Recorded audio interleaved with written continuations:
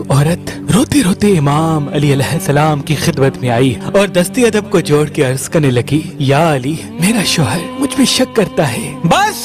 یہ کہنا تھا تو امام علی علیہ السلام نے اس عورت کے شوہر کو بلایا اور فرمانے لگے، میں نے اللہ کے رسول سے سنا کہ شک کرنا شیطانی صفت ہے، یاد رکھنا جیسے دیمک لکڑی کو اندر سے کھوکھلا کر دیتی ہے، ویسے ہی شک کرنا رشتوں کو اندر سے ختم کر دیتا ہے۔ اے شخص، یاد رکھنا شیطان سب سے زیادہ خوش تب ہوتا ہے جب میاں بیوی لڑتے ہیں، کیونکہ میاں بیوی کا لڑنا صرف دو لوگوں کا لڑنا نہیں ہوتا بلکہ دو نسلوں کا لڑنا ہوتا ہے، دو خاندانوں کا لڑنا ہوتا ہے۔ اے شخص، تمہارا آج ایک دوسرے پہ شک کرنا اس لیے پیدا ہوا کیونکہ تم نے اپنے اس رشتے سے احساس، دوستی اور پیار کو ختم کر دیا ہے۔ یاد رکھنا جب میاں بیوی کے بیچ میں احساس ختم ہونے لگتا ہے تو دوریاں بڑھنے لگتی ہیں اور وہی دوریاں شک پیدا کرتی ہیں۔ میں نے اللہ کے رسول سے سنا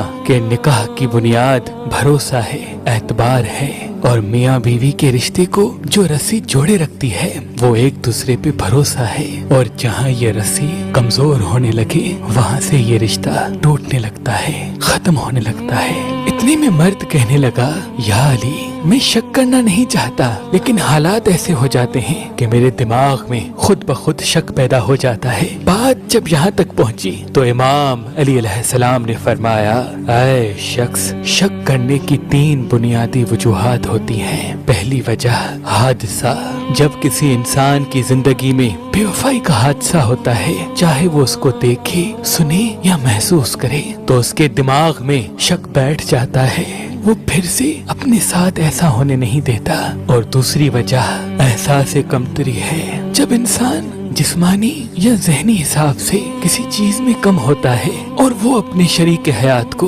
بہتر سمجھتا ہے تو اس کے دماغ میں شک پیدا ہوتا ہے۔ اور تیسرا جھوٹ ہے، یاد رکھنا جب سامنے والا انسان جھوٹ بولتا ہے یا باتوں کو چھپانا شروع کرتا ہے تو انسان کے دماغ میں شک پیدا ہوتا ہے۔ اے شخص، تم اپنے دماغ سے ان 3 وجوہات کو ختم کر دو، اور اے عورت، تم اپنی زبان کو جھوٹ سے پاک کر دو، اور ہر رات سورہ ناس اور سورہ فلق 7 مرتبہ پڑھو، اور اپنے رشتے کے لیے اور خوشحال زندگی کے لیے اللہ سے دعا کرو۔ اللہ کے کرم سے تمہاری زندگی سے شک ختم ہو جائے گا۔ تمہاری زندگی